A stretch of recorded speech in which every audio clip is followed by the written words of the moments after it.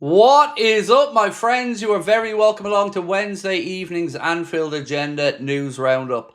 Over the course of this video, we're going to be looking at Diogo Jota's future and what offers may be accepted by Liverpool. We're going to be asking, are Real Madrid really going to make a play for Alexis McAllister? And where are they getting that really low valuation from? There'll be a little bit on Jarell Quansah and a couple of other interesting bits and pieces to come up over the next 8 to 10 minutes.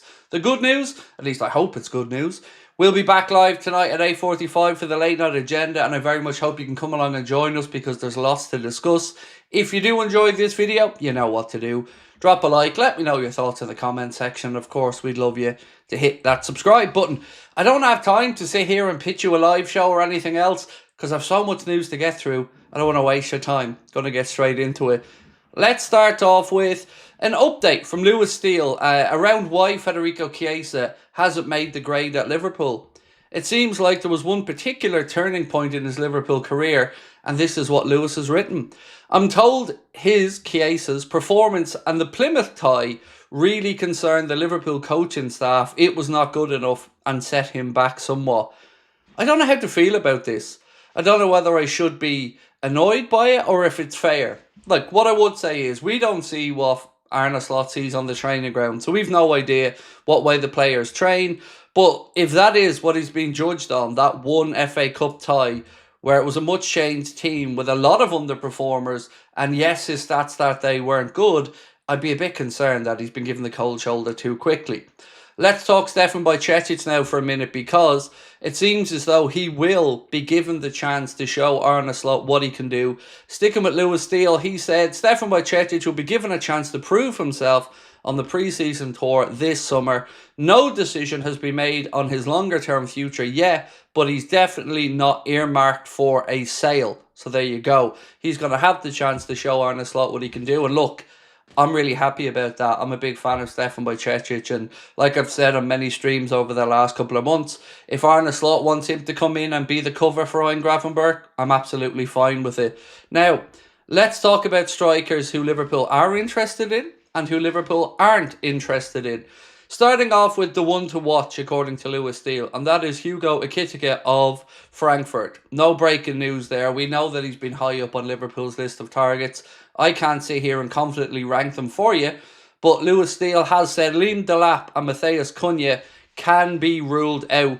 Osimhen has also been linked, but Lewis Steele has said that he's not heard anything personally suggesting that that is going to come to fruition. I'll be honest, I don't want Victor Osimhen, not the type of player for us in my opinion. Liam Delap, to the best of my understanding, Chelsea are probably the most likely to sign him.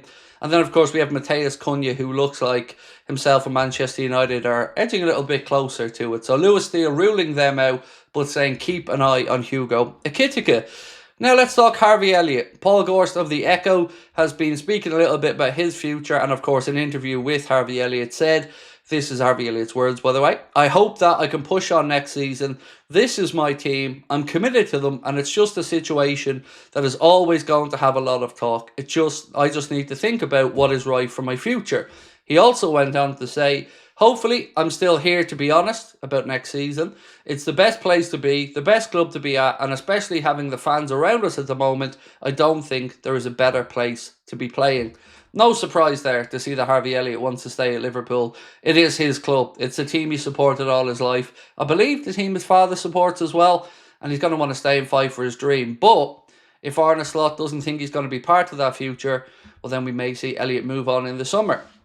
Let's talk Jarell Quansah for a moment. Again, we're going back to Lewis Steele and his reporting here. Credit LFC Transfer Room for this post.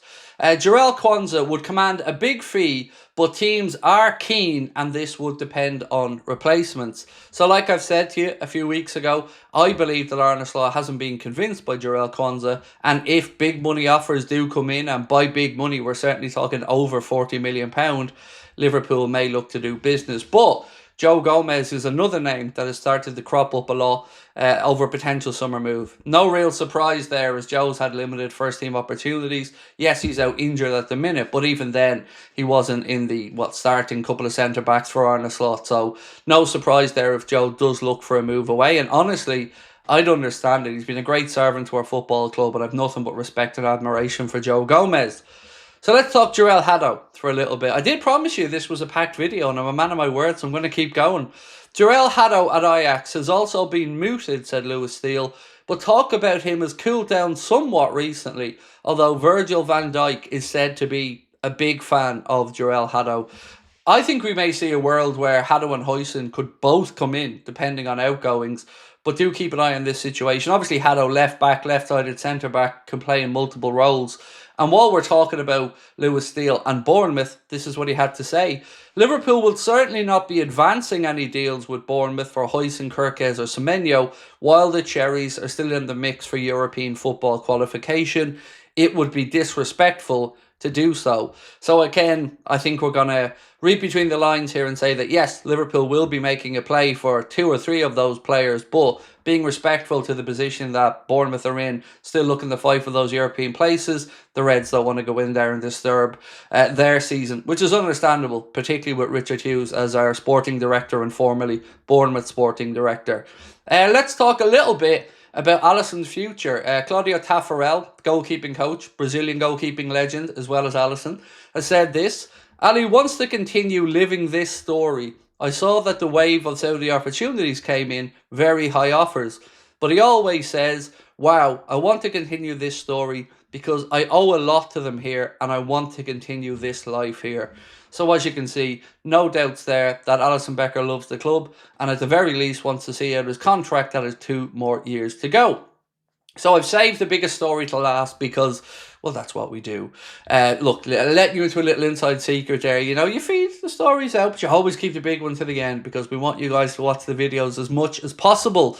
So let's get into this big story. It's a story you're not going to like. It's a story we're probably going to hear more of, but to get out in front of it, I don't think it's something you need to be overly concerned about. So this piece here said, Real Madrid are reportedly ready to launch a €90 million offer to sign Alexis McAllister from Liverpool this summer. They see him as the perfect replacement for Luka Modric. Tough.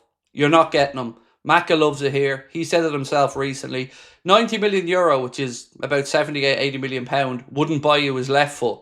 Because honestly, I know we got him really cheap, but that's because of a clause that was in his contract. Right now, and I've said this many times, I view Alexis McAllister as a £120 million midfielder. To me, he is probably the best midfielder in the Premier League. I love him to bits, and I don't think he's going anywhere. He's reiterated his love and desire to stay and play for this football club. And yes, there has been talk previously of a move to Madrid or a move to La Liga. And I'm not saying he's going to be at Liverpool for the rest of his career, but you're not going to have to worry about that this summer. Liverpool will have no interest in selling a player who has shown that he's a leader, a winner, and the heartbeat of that Liverpool midfield, along with Ryan Gravenberch and Dominic Szoboszlai. So, ladies and gentlemen, that is it for now. But a reminder, we will be back tonight, 8:45. We'll let you watch the first half of the Barcelona-Inter game in peace, but then we want you to come in and have a chat with us because there's loads to go through. We're going to be discussing even more stories that we haven't had time to go through on this video, and there'll be a late night video out tonight as well. So I hope to see you at 8:45. Enjoy the beautiful weather,